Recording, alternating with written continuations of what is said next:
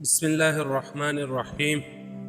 حدیث شریف ہے، حضرت عائشہ رضی اللہ عنہا فرماتی ہیں کہ رسول اللہ صلی اللہ علیہ وآلہ وسلم اپنے گھر کے بعض بیماروں پر یہ دعا پڑھ کر دم کرتے اور اپنا ہاتھ پھیرتے اور یہ دعا پڑھتے: اللہم رب الناس اذہب الباس اشفع وانت الشافی لا شفاء الا شفاؤک شفاء لا یغادر سقما۔